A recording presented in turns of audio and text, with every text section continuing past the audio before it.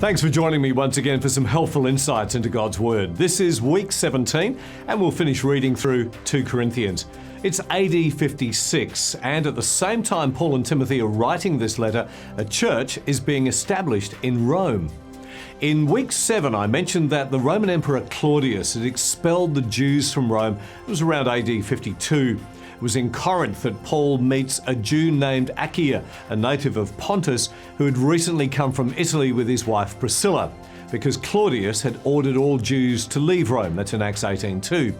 The Roman historian Suetonius reports that Claudius expelled the Jews from Rome because they were rioting on account of someone named Christus, or Christ, apparently referring to disputes between Christian and non-Christian Jews.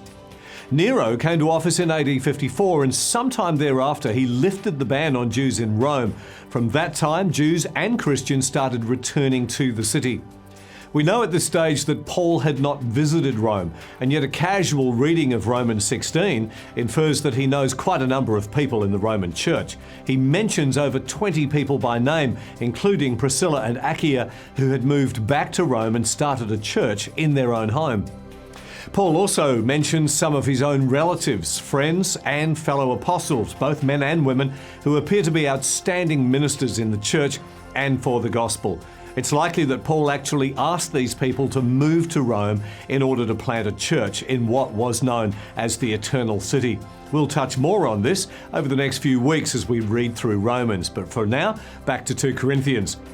Concern for the poor was integral to Paul's understanding of the gospel.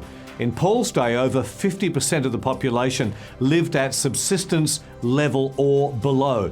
This number increased and things became even harder for them during the many famines recorded during this period. Care for the poor was not a major part of people's thinking or practice in the first century, but there were those who would have found this incredibly attractive as part of the Christian faith, such as the centurion in Acts chapter 10. If you remember back to Acts 11, a prophet named Agabus stood up and foretold by the Spirit that there would be a great famine over all the world. This took place in the days of Claudius, so the disciples determined, everyone according to his ability, to send relief to the brothers living in Judea. And they did so, sending it to the elders by the hand of Barnabas and Saul. In Galatians 2, Paul writes about the meeting he and Barnabas had with James, Peter and John in Jerusalem. Part of the discussion was encouragement to remember the poor, something Paul says was the very thing he was eager to do. And so this became a major part of Paul's ministry, and care for the poor and alleviating poverty should be a major part of the church's ministry today.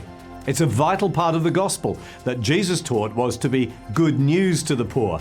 What better news could there be for people in poverty than that their poverty was to be alleviated, and this not by charity but rather in community, in the church. Paul writes about the collection for the poor in 1 Thessalonians, 1 Corinthians, Galatians and Romans, but it's right here in 2 Corinthians chapters 8 and 9 that he goes into the most detail. In fact, these two chapters give the most detailed teaching on giving and generosity found anywhere in the Bible. You'll notice that Paul doesn't mention tithing here. Tithing is taught in detail in the Hebrew Scriptures. It was affirmed by Jesus in Matthew 23 and upheld by the author of Hebrews as a habit that's to be practiced by New Testament believers. But that's not Paul's concern here. He's teaching about offerings, and particularly monies that were to be given for the explicit purpose of alleviating poverty. So as you read through chapters 8 and 9, look out for these 10 principles. Number 1, generosity is to be generated by the grace of God in our lives. 2, generosity does not depend on how much we have. Number 3, if we promise a gift, we need to fulfill the promise. Number 4, giving offerings should be according to our means. 5, giving to the poor should be about establishing equality. 6, generosity should come out of our own eagerness, enthusiasm and cheerfulness, and not grudgingly, reluctantly or under compulsion. It's a privilege, not a chore. 7, finances are always to be administered in a way that is above reproach or criticism. 8, generous sowing leads to generous reaping. 9, generosity always overflows in many expressions of thankfulness to God and prayers for those who have given. And 10, our generosity is a reflection of God's generosity in giving His indescribable gift of salvation through Jesus. Titus and Luke would be delivering this letter from Paul to the Corinthian church. They would then receive the offering for the poor and take it to the church in Jerusalem. In chapter 10 of 2 Corinthians, Paul and Timothy change gears dramatically and address those in the Corinthian church who are still being critical of them and associating themselves with the false apostles. These people were accusing Paul of being timid when face to face with you, but bold toward you when I'm away. He uses the language of combat in the next few verses to signify how false arguments and ideas need to be demolished and led away as prisoners of war. He says, I do not want to seem to be trying to frighten you with my letters, for some say his letters are weighty and forceful, but in person he is unimpressive and his speaking amounts to nothing. Such people should realize that what we are in our letters when we are absent, we will be in our actions when we're present. There's no doubt that Paul was better at writing than he was at preaching. By his own admission, in chapter 11, he wasn't a trained speaker. A New Testament apocryphal book by the name of the Acts of Paul and Thecla has a portraiture of Paul as bald-headed, bow-legged, strongly built, a man small in size with meeting eyebrows, with a rather large nose, full of grace, for at times he looked like a man and at times he had the face of an angel. The New Testament reveals a few things about Paul. He was probably physically unimpressive. His body would have been terribly scarred and disfigured by his many persecutions, but he must have been robust enough to have endured such hardship into old age. Paul didn't allow the Corinthian church to support him financially. This would have gone down well with the lower classes, but would have been an affront to the wealthier members. These members had become easy targets to the false or super apostles who were preaching another Jesus, a different gospel, and operated under a different spirit, and all for money. Paul calls these people false apostles, deceitful workers masquerading as apostles of Christ. These men were probably Jews who'd preached that keeping the law of Moses plus circumcision was needed for salvation, along with accepting Jesus as Messiah, of course.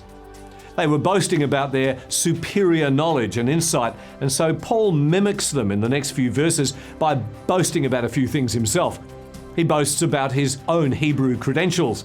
He boasts about his sufferings that he's endured for the true gospel. He boasts about the revelations he's received. He boasts about the supernatural experiences he's had, and he boasts about the signs, wonders, and miracles he's done amongst the Corinthian church. In order to keep Paul from becoming conceited because of these surpassingly great revelations, he was given a thorn in the flesh, a messenger of Satan to torment him. There's been a lot of conjecture as to exactly what Paul was referring to here. A thorn denotes a bodily annoyance or disability. Flesh here means the body or human weakness, and the messenger is an angel, in this case a fallen one. And torment implies to strike with the fist, very much like the treatment Jesus received before his crucifixion. In context, Paul's thorn was the result of the tough times, particularly the persecutions that he'd endured for the sake of the gospel. He pleaded 3 times for these things to be taken away, but God didn't do it, for 2 very good reasons: humility and dependence. There are 5 very good lessons we can learn from Paul's experience of God's sustaining grace. Number 1, we should always pray about everything. Don't ever use the thorn theology as an excuse for not pressing into prayer. Number 2, it's all right to pray about the same thing more than once. Paul pleaded with the Lord 3 times about the same thing. Number 3, God often answers prayer in a way that differs from our expectations. Have you noticed? When the answer is no, He provides the grace that we need to endure. 4, we need to learn contentment in the midst of difficulty.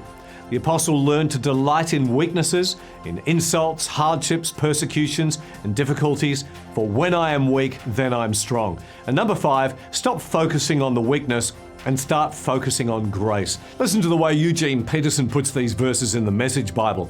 At first I didn't think of it as a gift, and I begged God to remove it. 3 times I did that, and then He told me, my grace is enough, it's all you need. My strength comes into its own in your weakness. Once I heard that, I was glad to let it happen. I quit focusing on the handicap and began appreciating the gift. It was a case of Christ's strength moving in on my weakness. Now I take limitations in stride and with good cheer. I just let Christ take over, and so the weaker I get, the stronger I become. Paul finishes off by telling the Corinthians that he's planning a third visit to them, but that he hopes they will listen to his requests so that it will be an enjoyable visit for all concerned. This is why I write these things when I am absent, that when I come, I may not have to be harsh in the use of authority, the authority the Lord gave me for building you up, not tearing you down. There's some amazing truth in these chapters. I pray that you're inspired by what you read this week in 2 Corinthians chapters 9 to 13. Remember to subscribe to our YouTube channel and feel free to leave a comment. See you next week.